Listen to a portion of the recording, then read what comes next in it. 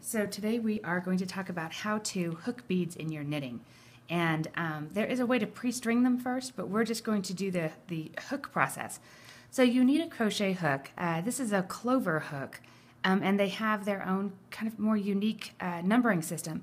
So what you're looking for is either a clover number 8 or a more standard steel 13-14 crochet hook, or really better is just to look at the metric system. So the 0.90 millimeter is the size that works best for this.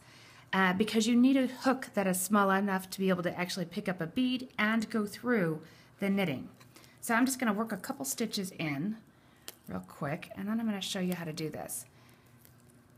There's a trick to it, and the trick is just like everything else in knitting is tension. So I have my bead on the hook, and I'm going to have a nice close-up of this for you. I'm going to insert my hook into the stitch and slide it off. You'll notice that I've inserted purlwise. I'm then going to grab that stitch and really pinch it. I'm going to slide it all the way down until the hook actually captures the thread, and then I'm going to slide my bead right on. And because I added that much tension, it just slides on beautifully. I put it back on the left-hand needle, and then I go ahead and knit that stitch like I would normally do it. So I'm going to show you that to you one more time. So this would be if you're putting a hook in kind of like a standard stockinette sort of field. Pop it down, pull down on that stitch, slide your bead on, put it back on the left-hand needle, and go ahead and knit it.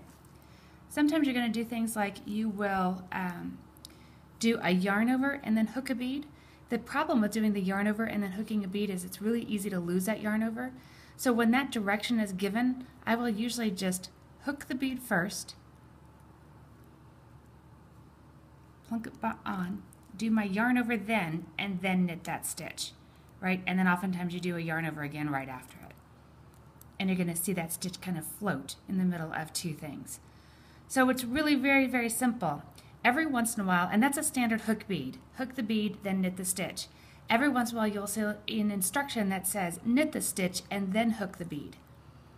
And that's because you were trying to raise that stitch up. So I've just knit the stitch. I find it easiest to transfer that stitch back onto my left-hand needle.